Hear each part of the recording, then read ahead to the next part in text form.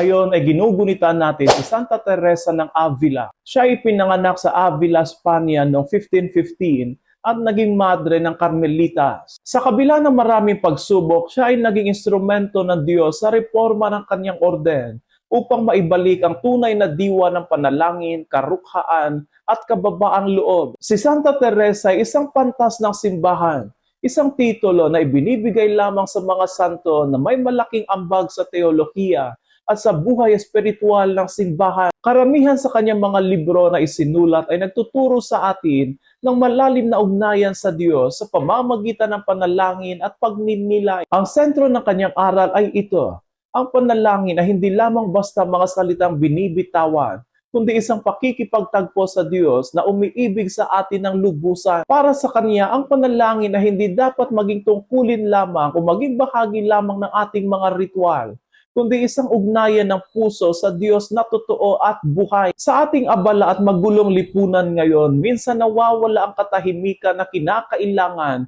upang makausap at makatagpo ang Diyos. Puno tayo ng ingay ng mga problema, ng mga pangamba at pag-aalala. Ngunit tinuturuan tayo ni Santa Teresa ng tunay na kapayapaan ay nagmumula lamang sa kalooban ng puso, sa piling ng Diyos. Kapag nakikipagtagpo tayo sa Kanya sa panalangin, unti-unting napapawi ang ating mga pagod, takot at pagdududa. Si Santa Teresa, isa ding babaeng matapang at may determinasyon. Nang sinimulan niya ang reforma sa kanyang orden, marami ang kumalaban sa kanya.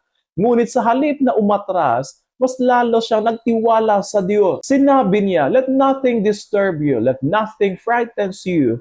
All things are passing. God never changes. Patience obtains all things.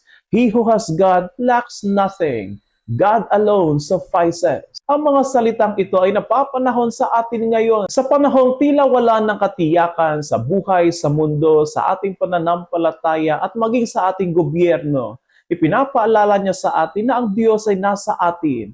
Siya ay sapat na. Diyos lamang ay sapat na. Hilingin natin kay Santa Teresa ng Avila na turuan niya tayong manahimik sa panalangin at magnilay ng tunay upang marinig natin ang tinig ng Diyos at makatagpo natin siya sa kailaliman ng ating mga puso. At sa bawat pagod, pag-aalala at pangamba, nawa sabihin din natin kasama niya, God alone suffices. Diyos lamang ay sapat na.